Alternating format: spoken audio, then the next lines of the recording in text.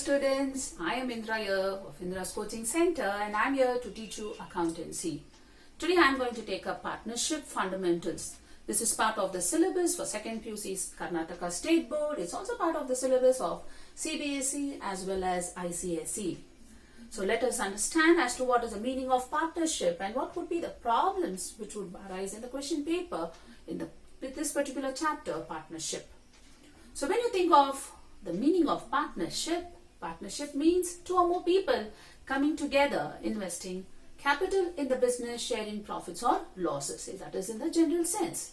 But when you think of the definition according to Partnership Act of 1932, what does it say? Section 4 of the Partnership Act of 1932 defines partnership as is a relationship between persons who have agreed to share the profits of a business carried on by all or any of them acting for all. When you just read the definition, there are certain things which has to be explained and I divide it into 5 points.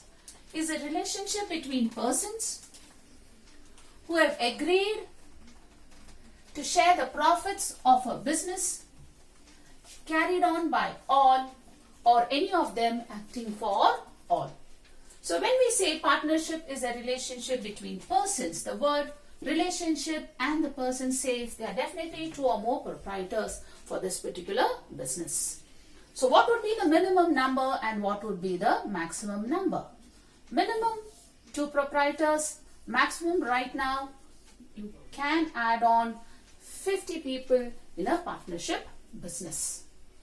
The second aspect or the second point there, who have agreed.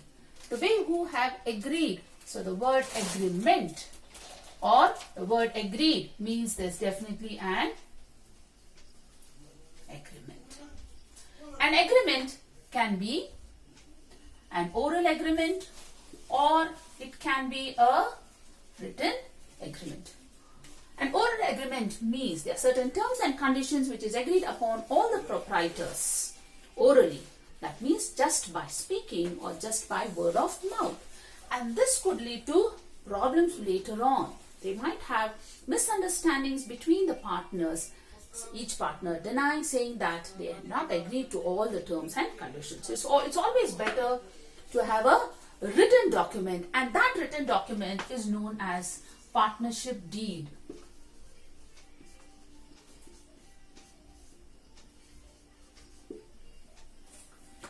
So there are 2 points which you have understood.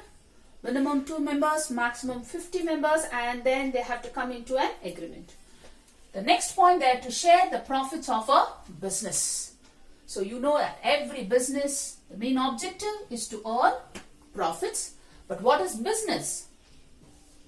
If you think of business, you think of all the features of a particular business. So what would be the features? First, it is an economic activity.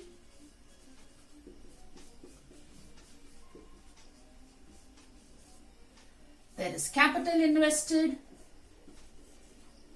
The main objective of every business is to earn profits. Economic activity is recurring and there is an element of risk. So when we say it is an economic activity means that anything done to earn money. So business is done to earn profit and therefore it's an economic activity. The second point there is capital. Every business requires money. That means there should be some capital invested by the proprietors. The third point there, every business is done to earn profits. Fourth point, economic activity is recurring. So the word recurring there says that it is done again and again. Now, for an example, if you say this particular business is into production, it's production of goods done again and again and again to earn profits. The last point there is risk. Every business is prone to a risk. It might be losses due to certain circumstances. Not necessary that every business, although they might be earning profits throughout a few years, at times there can be circumstances or due to unfortunate or unavoidable circumstances, they might have a risk which is called as losses, which the business is actually ready for it, and they do have certain provisions even to bear that particular loss or that particular risk. Third point. Now coming to the fourth point, carried on by all. So when we say carried on by all, the business is carried on by all. So for an example, if I say there are three partners, Vijay, Ajay and Sujay. All the three partners can be active partners, where each one is taking up one particular job in that particular organization. So all the three can invest capital as well as be active partners. The fifth point says any of them acting for all. So here when you say like this, the same example there, Ajay and Vijay can be active partners,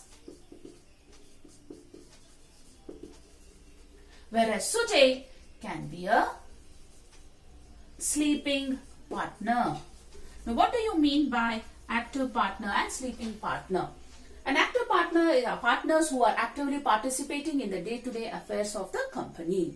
Whereas a sleeping partner is a partner who's only investing capital, but he might not be participating in the general affairs of the company or day-to-day affairs of the company. He might be working somewhere else, but because he has invested capital, he gets a share in the profits. So here when we say any of them acting for all, Vijay and Ajay are acting on behalf of Sujay also, or in case they're taking up any agreements or they get signing up any documents, taking any decisions, Vijay might sign the documents on behalf of Ajay and Sujay, or Ajay might sign a document or take certain decisions on behalf of Vijay and Sujay. So that's the definition. Let me brief you up again. Section 4 of the Partnership Act of 1932 defines partnership is a relationship between persons who have agreed to share the profits of a business carried on by all or any of them acting for all. The relationship between persons says the minimum are 2, maximum is 50, who have agreed. So that means there's an agreement. Agreement can be an oral agreement or a written agreement to share the profits of a business. So every business means it's an economic activity. There should be capital invested, they should be aiming at profit, activity is recurring, and there's an element of risk. The third point, the fourth point there, carried on by all. So when you say carried on by all the three can be active partners. Any of them acting for all, they can be 1 or 2 active partners, and the others can be sleeping partners. Let us go to the next aspect of the chapter, which is called as partnership deed. Go a little more detail about what is the partnership deed.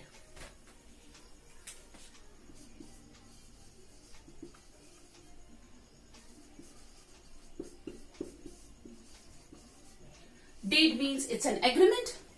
So a document which has all the terms and conditions of this partnership business is called as a partnership deed. So partnership deed is a written agreement between all the partners of a partnership business, which is signed by all the partners, and it is stamped according to the Stamp Act.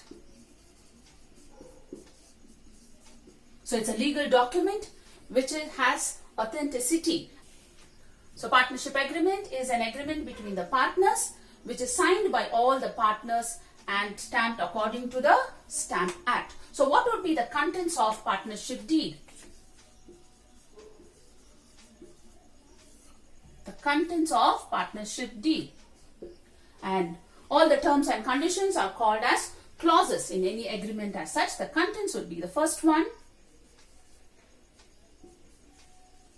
the name and address of the business or the firm. Second, the names and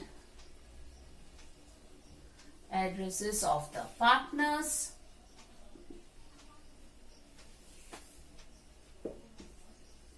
Third, capital invested by the partners. Fourth, profit sharing ratio. Fifth, nature of the business. It can go on any number of points or any terms which all the partners agree upon can be in the partnership deed. And once it is signed, it means all the partners have agreed to the terms and conditions in that particular document. Let us go to the next aspect. In case of the absence of partnership deed, there are certain provisions which has to be followed according to Partnership Act of 1932. So what are the provisions as per the Partnership Act? Provisions of Partnership Act of 1932. In the absence of a partnership deed. So in the absence of partnership deed, how are the following treated? Now let us study what are the provisions which will be applicable in the absence of the partnership deed. In case the partnership deed is not being done, so in those cases we go according to the Partnership Act of 1932. So how are profits and losses divided? So the profit sharing ratio would be equal. So if there are two partners, it is divided as half and half. If there are three partners, the ratio would be 1:1:1. Interest on capital, there is no interest on capital. No interest on capital paid to the partners. Interest on drawings, no interest is charged. It is their capital, they can withdraw at any time. So that is the reason there is no interest charged according to Partnership Act of 1932. Salary or commission to the partners, there is no salary or commission paid.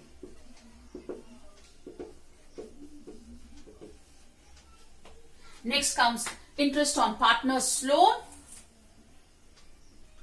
6% per annum is paid on any advances made by the partners. We go to the next aspect. What would be the probable questions? So shall I take it up in the next video?